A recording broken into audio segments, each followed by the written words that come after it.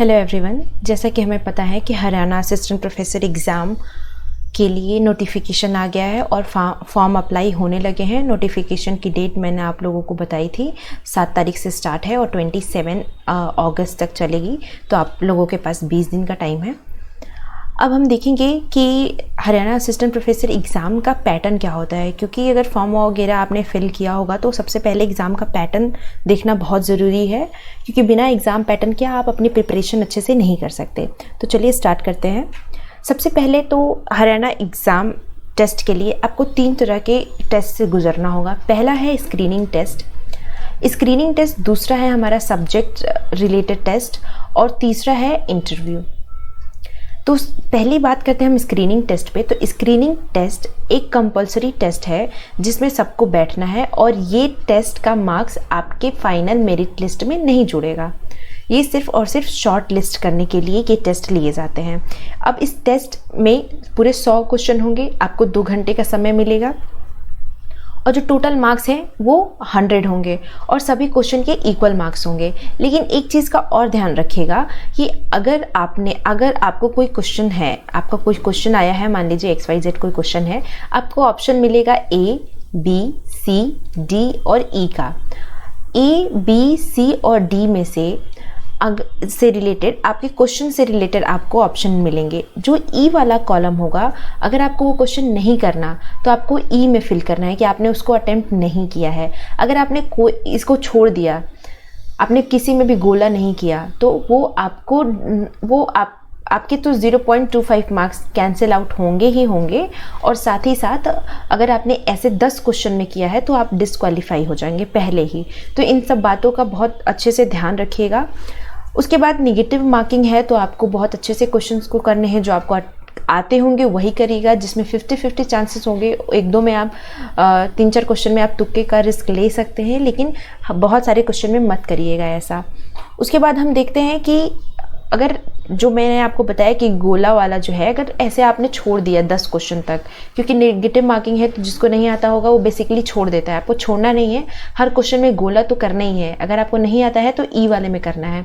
अगर मान लीजिए आपने छोड़ दिया है, आपने इस बात का ध्यान नहीं रखा, अगर ऐसा 10 क्वेश्चन आपको नहीं आता होगा, आपने ऐसे ही छोड़ दिया बिना किसी में मार्क किए, तो आप वैसे ही डिस्क्वालीफाई हो जाएंगे। तो इस बात का बहुत ध्यान रखिएगा। बाकी 1/4 मार्क्स आपके जो भी रॉन्ग आंसर होंगे उसके लिए डिडक्ट हो जाएंगे। और एक चीज़ और, अगर मीडियम क्या होगा आपके एग्जामिनेशन का, वो डिपेंड करता है कि आपका सब्जेक्ट कैसा है। जैसे जो बच्चे जिनका बॉटनी है, कंप्यूटर साइंस है, डिफेंस स्टडी है, इन्वायरमेंटल साइंस है, केमिस्ट्री है, home science, mathematics, physics and geology, जिन सब बच्चों का सब्जेक्ट ऐसा है, उनका सिर्फ और सिर्फ इंग्लिश माध्यम होगा एग्ज़ाम का, चाहे वो स्क्रीनिंग टेस्ट हो, चाहे वो सब्जेक्ट वाइज टेस्ट हो। तो इस बात का ध्यान रखिएगा। जो बच्चों का सब्जेक्ट जैसे कॉमर्स है, इकोनॉमिक्स है, फाइन आर्ट्स है या मास कम्युनिकेशन है, वैसे बच्चों का जो एग्जामिनेशन होगा वो इंग्लिश और हिंदी दोनों लैंग्वेज में आपको होगा। वो स्क्रीनिंग टेस्ट में भी आपको दोनों लैंग्वेज में क्वेश्चंस पूछे जाएंगे और बाकी आपके सब्जेक्ट में भी दोनों लैंग्वेज में पूछे जाएंगे। और जिन बच्चों का जो लैंग्वेज से रिलेटेड उनका जो क्वेश्चन है, वैसे बच्चे सिर्फ और सिर्फ अपने सब्जेक्टिव जो लैंग्वेज उनका आता है उससे रिलेटेड वो क्वेश्चन कर पाएंगे। तो ये स्क्रीनिंग बेस्ड टेस्ट पे भी अप्लाई होगा और साथ ही साथ आपके सब्जेक्टिव टेस्ट पे भी। अब हम चलते हैं कि 25% मार्क्स जो है वो मिनिमम कट ऑफ है, जो जिसे आपको सिक्योर करना है आगे के टेस्ट में बैठने के लिए। तो नेक्स्ट स्टेज के लिए आपका सिलेक्शन प्रोसेस यही स्क्रीनिंग टेस्ट करेगा। बाकी स्क्रीनिंग टेस्ट का कोई रोल नहीं है आपके फाइनल मेरिट लिस्ट में। तो इस बात का भी ध्यान रखिएगा, आपको सिर्फ और सिर्फ शॉर्ट लिस्ट किया जाएगा नेक्स्ट एग्जाम के लिए। अगर हम बात करें नेक्स्ट सब्जेक्ट वाइज क्वेश्चन के, तो उसमें कैसा पैटर्न होता है। तो सब्जेक्ट वाइज क्वेश्चन में आपको 150 क्वेश्चन होंगे और 150 मार्क्स के होंगे और आपको 3 घंटे का समय दिया जाएगा।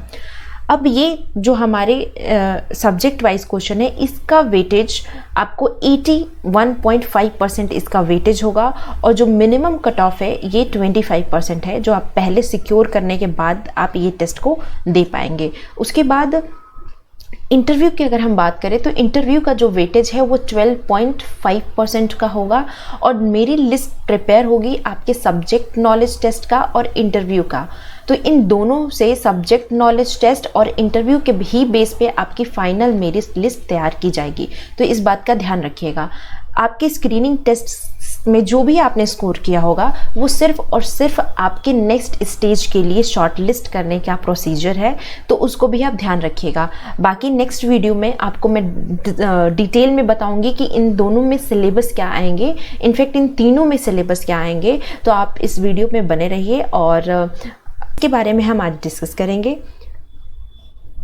सबसे पहले आते हैं हम स्क्रीनिंग टेस्ट के सिलेबस पे। स्क्रीनिंग टेस्ट के सिलेबस से पहले मैं आपको ये बता दूं कि जो बच्चे अगर वो नहीं देखे हैं कि कितने क्वेश्चंस इसमें पूछे जाते हैं, कितने मार्क्स होते हैं और क्वालिफाइंग मार्क्स क्या है, तो क्वेश्चन पूछे जाते हैं 100, मार्क्स भी 100। इसमें 2 आवर्स आपको मिलते हैं इसको करने के लिए और क्वालिफाइंग मार्क्स है 25%। और याद रखिएगा इसमें 1/4 नेगेटिव मार्किंग भी है। अब इस स्क्रीनिंग टेस्ट में आपको पढ़ना क्या है, तो जनरल अवेयरनेस, साथ ही साथ एनालिटिकल एबिलिटी से रिलेटेड क्वेश्चन पूछे जाएंगे। कुछ क्वेश्चंस करंट अफेयर से होंगे और आपको फोकस करना है जो भी नए इवेंट्स हुए हों, government policy, socio economic development हुए हों, या बेसिक नॉलेज आपके साइंस, हिस्ट्री, ज्योग्राफी, पॉलिटी, इससे पूछे जाएंगे। और लॉजिकल रीजनिंग में पजल, डेटा इंटरप्रिटेशन और एनालिटिकल क्वेश्चंस पूछे जाएंगे। तो ये तो आपका स्क्रीन बेस्ड टेस्ट है और ये सिर्फ शॉर्टलिस्ट करने के लिए है। इसके नंबर आपके फाइनल एग्ज़ाम में नहीं कैलकुलेट होते हैं। अब हम आते हैं अपने सब्जेक्ट पे। तो सब्जेक्ट वाइज जो हमारा टेस्ट है, मैं यहाँ पे इकोनॉमिक्स से रिलेटेड ही पढ़ाती हूँ, तो मैं इकोनॉमिक्स से रिलेटेड ही सब सिलेबस को कवर करूँगी। तो इकोनॉमिक्स में यहाँ पे बहुत सारे सिलेबस और भी एग्ज़ाम के अगर आप देखें तो उसमें जितने भी सब्जेक्ट होते हैं इकोनॉमिक्स के, जैसे ग्रोथ, पब्लिक फाइनेंस या माइक्रो, मैक्रो, इंटरनेशनल स्टैटिस्टिक्स, ये सारे दिए होते हैं और इसके नीचे उसके टॉपिक्स दिए होते हैं। लेकिन ए वाले एग्ज़ाम में आपको डायरेक्ट सारे सब्जेक्ट से रिलेटेड इकोनॉमिक्स के जितने भी बुक्स होती हैं उससे जो जो इम्पोर्टेंट टॉपिक्स हैं जिससे क्वेश्चंस पूछे जाते हैं एग्ज़ाम में, सिर्फ वो टॉपिक्स के नाम यहाँ पे आपको देखने को मिलेंगे सिलेबस में। तो वो टॉपिक क्या क्या है, जैसे कि meaning and definition of economics, central problem of economics and problem of choice, economic system, characteristics, function, consumer equilibrium, demand, determination of concept of elasticity of demand, production function जिसमें कि हम returns to scale, of variable to scale, cost and revenue and उसके relationship के बारे में आपसे पूछा जाएगा। और है forms of market, determination of price and output under perfect and monopoly competition, national income, उसके कंसेप्ट, फिर जीएनपी क्या है, वेलफेयर क्या है, कैसे सर्कुलेशन फ्लो होता है, मनी उसकी मीनिंग, उसके function, supply of money, function of commercial bank, central bank, इससे रिलेटेड क्वेश्चंस पूछे जाएंगे। फिर गवर्नमेंट बजट डेफिसिट, उसके ऑब्जेक्टिव, साथ ही साथ हमारे इकोनॉमिक डेवलपमेंट की मीनिंग क्या है, कैरेक्टरिस्टिक क्या है, डिटर्मिनेंट्स क्या है, बीओपी के बारे में, उसके मीनिंग कंपोनेंट के बारे में, प्रॉब्लम ऑफ इंडियन इकोनॉमी जैसे कि पॉवर्टी, अनएम्प्लॉयमेंट, इनइक्वालिटी, इससे करंट से रिलेटेड क्वेश्चन पूछे जा सकते हैं। और करंट से रिलेटेड ऑलरेडी मैं बहुत वीडियो अपलोड करती हूँ, तो आप फॉलो ज़रूर करिएगा ताकि आपको वीडियो टाइमली मिल पाए। फाइनेंशियल, अगर 12 ईयर प्लान की बात करें, अब नीति आयोग इसकी जगह पे आ गया है, लेकिन इससे क्वेश्चंस भर भर के पूछे जाते हैं, तो इस पे भी आपको फोकस करना है।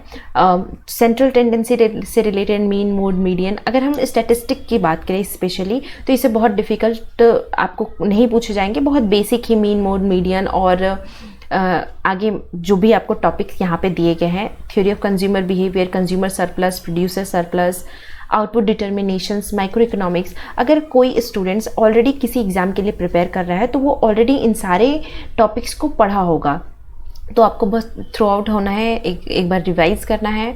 Consumer hypothesis, multiplier and acceleration, theory of demand, quantitative theory, Phillip curve, objective of tool of monetary policy, physical policy, terms of trade, theory of test and comparative cost opportunity. तो ये जितने भी आपके topics हैं, इससे related मैं आपको topic wise question भी अब रिसेंट करवाने वाली हूँ, तो उस पर भी आप इसको फॉलो करिएगा तो आपको टॉपिक वाइज भी देखने को मिलेंगे क्वेश्चंस, तो वो ज़रूर देखिएगा। उसके बाद FDI, WTO, demographic dividend, measurement of development, concept of measures of poverty and inequality, functional relation of economic use, graph, measures of dispersion, correlation, index number, तो इनसे भी क्वेश्चंस पूछे जाएंगे।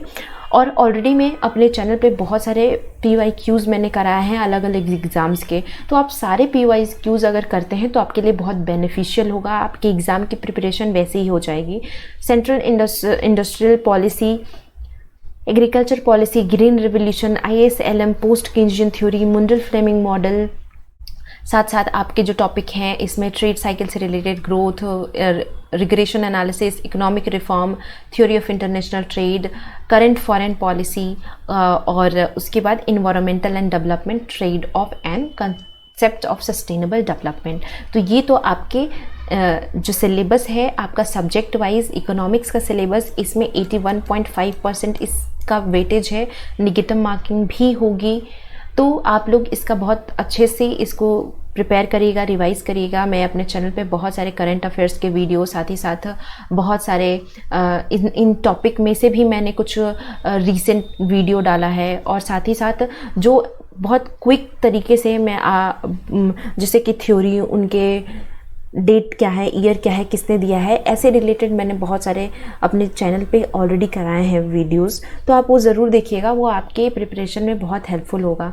अब हम आते हैं कि हमारा इंटरव्यू का कैसे सिलेबस होने वाला है। तो जब आप अपना सब्जेक्ट टेस्ट पास कर लेंगे 81.5% से, तो आपको इंटरव्यू के लिए कॉल आएगा, जिसमें इंटरव्यू का वेटेज 12.5% है। ये ऑलरेडी मैंने अपने जो एग्ज़ाम पैटर्न का वीडियो है इसमें मैंने बताया है आपको। तो सिलेबस आपका इंटरव्यू का आपका सब्जेक्ट से ही पूछा जाएगा, आपको फेमिलियर होना है करंट इवेंट से रिलेटेड चीज़ों पे, और साथ ही साथ आपको कॉन्फिडेंट और वेल ड्रेस्ड होके जाना है अपने इंटरव्यू में।